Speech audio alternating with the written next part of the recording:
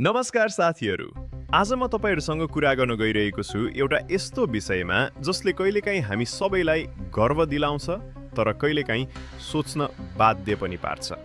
त्यो हो सांस्कृतिक शहर सिलगढी। सपना कि हल्ला? हो, सुन्नमै कस्तो सुन्दर लाग्छ हैन? सांस्कृतिक शहर जहाँ हाम्रो इतिहास, हाम्रो संस्कृति र हाम्रो पहिचान जगेर्ना हुन्छ।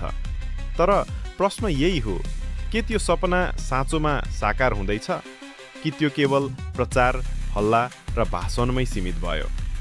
1 वर्ष अघि सिलगढीमा सांस्कृतिक शहर बनाउने योजना भन्दै सबै मिडियामा खबर आयो, फेसबुकमा भाइरल भयो, हामी सबै खुसी भयौँ। अब हाम्रो शहर बदलिन्छ, अब विकास आउँछ।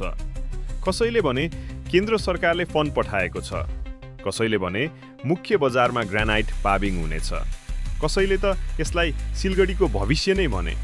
तर अहिले 2025 सम्म आइपुग्दा त्यो सपना कहाँ छ?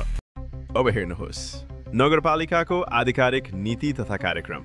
यहाँ सांस्कृतिक शहर भन्ने शब्द छैन, कुनै परियोजना कोड छैन, कुनै रकम छुट्याइएको छैन।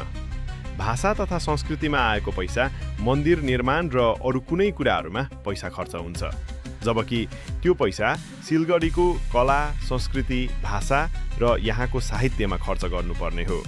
यहाँको मौलिक जातजात्रा र परम्पराको संरक्षणको लागि खर्च गर्नुपर्ने हो।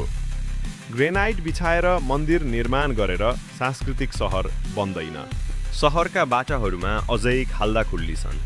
कति बैठक भयो, चर्चा भयो, फोटो आयो, तर काम छैन। कति पत्र पत्रिका, रेडियोहरूमा प्रचार भयो, सिलगढीको मुहार अझै परिवर्तन भएको छैन। दशैं गयो, तिहार गयो, तर अझै पनि बजार सुनसान नै छ। सिलगढी सांस्कृतिक शहरको नाममा, विकासको नाममा बारम्बार प्रयोग गरेर बजेट पाउने एउटा बाटो बनेको छ।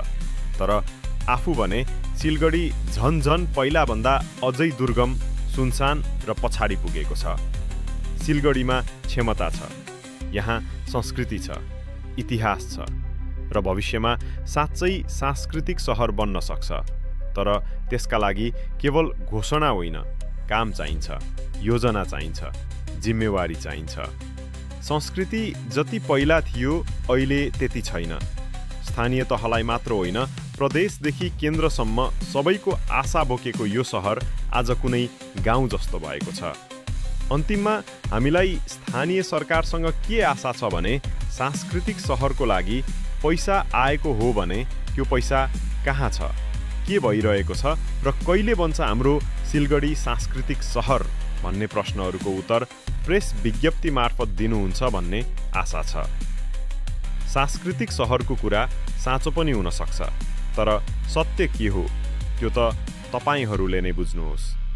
धन्यवाद।